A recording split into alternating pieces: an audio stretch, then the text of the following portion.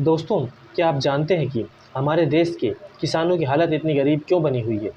देखिए, आप इस बात से इसको समझिए कि जब भी कोई कंपनी या फैक्ट्री कोई अपना उत्पाद बनाती है, मैन्युफैक्चर करती है, तो उस उत्पाद का मूल्य का निर्धारण स्वयं खुद कंपनी करती है या मालिक करता है। वहीं इस केस में उल्टा होता है।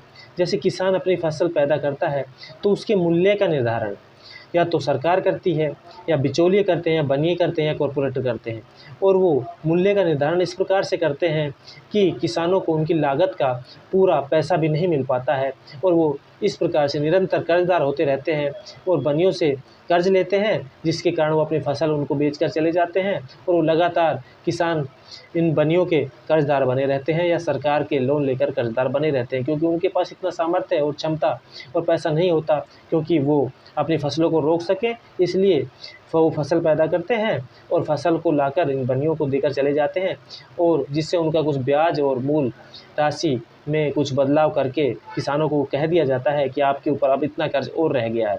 यही काम सरकार करती है और यही काम बिचौलिए करते हैं। तो दोस्तों, जब सभी कंपनियों को अपने प्रोडक्ट का मूल्य निर्धारण का अधिकार है, तो किसानों को अपनी फसल का मूल्य निर्धारण का अधिकार क्यों नहीं है?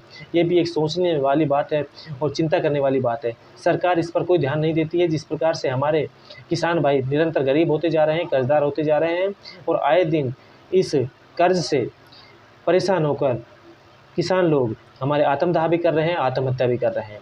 लेकिन किसान के ऊपर ना सरकार का कोई ध्यान है, ना कोई इनके प्रति कोई एक्शन लेने की उनका कोई रुझान दिखाई देता है।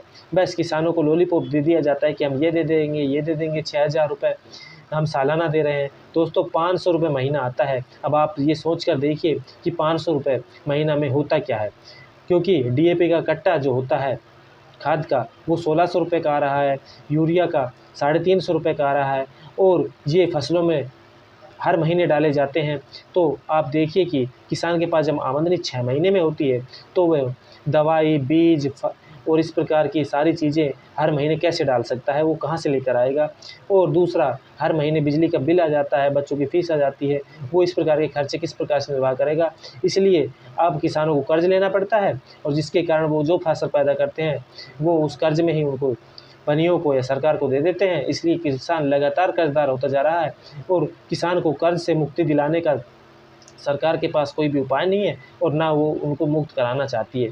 तो दोस्तों, यही सबसे बड़ा कारण है कि फसलों का मूल्य का निर्धारण कॉरपोरेट करते हैं, या फिर बनिए करते हैं, या सरकार करती है, जिसके कारण हमारे देश का किसान लगातार गरीब होता जा रहा है।